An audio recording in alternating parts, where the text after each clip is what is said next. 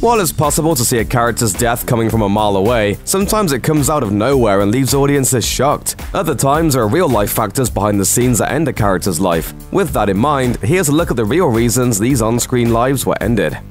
Han Solo.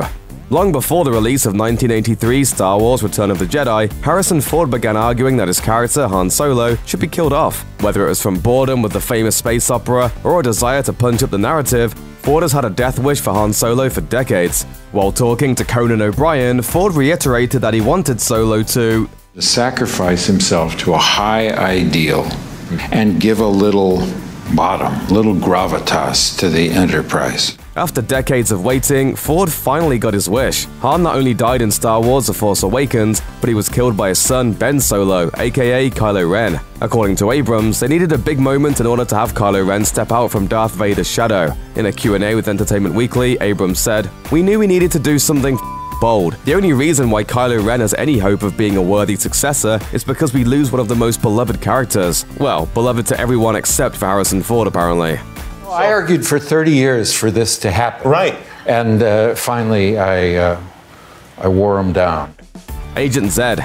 Loosely based on the comic series of the same name, Men in Black follows Will Smith and Tommy Lee Jones as they monitor aliens on Earth and protect the planet from extraterrestrial attack. Legendary actor Rip Torn appeared in the movie as Agent Zed, the head of the Men in Black organization, and reprised his role for the 2002 sequel. Unfortunately, his character was killed off between the second and third installments off-screen and replaced by Emma Thompson as Agent O. That's just so Zed. Thank you. Director Barry Sonnenfeld told IO9 that the reason for Torn's absence was to keep the movie from feeling too similar to previous Men in Black films. According to Sonnenfeld, "We didn't want to go back to every single same character. We didn't keep Rip Torn as Zed, but I think we have a new wonderful leader with Emma Thompson. While that may be true, there could be more to the story." Around the time Men in Black 3 started principal photography, Torn was serving a 2-year suspended sentence for breaking into a bank while heavily intoxicated. Torn's legal troubles might have made it just too complicated to bring the actor back for the sequel. Boba Fett.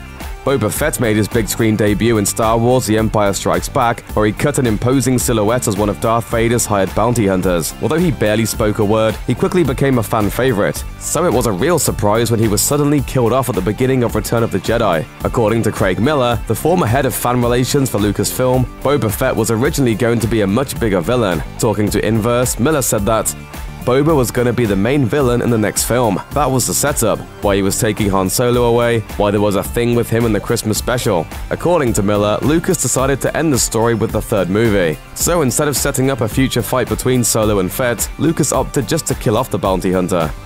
Colonel Stephen Hiller.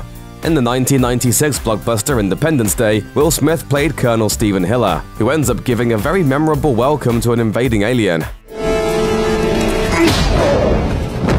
Welcome to Earth. Almost 2 decades later, Smith is still one of the biggest movie stars in the world, with an almost guaranteed box office draw. However, in 2013, when the studio was gearing up to enter pre-production on the Independence Day sequel, Independence Day Resurgence, director Roland Emmerich told the New York Daily News that he didn't expect Smith to return, saying he was simply too expensive to hire.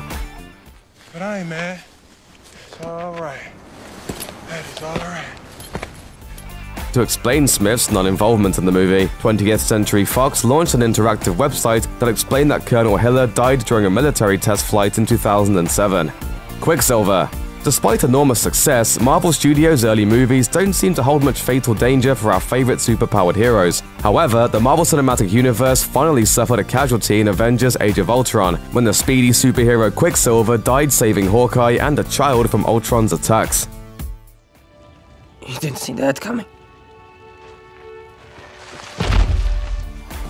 At the time, audiences wondered why Quicksilver was the unlucky Avenger to get killed off. As it turns out, there were a couple reasons, according to Marvel Studios head honcho Kevin Feige while talking to MTV News. To add stakes to the ending of the film, solidify Scarlet Witch's character, and Wanda's arc in the movie. Although the fact that 20th Century Fox had its own very popular version of Quicksilver in the X-Men movies might have been a factor as well. Looks like there's only room for one Quicksilver in Hollywood.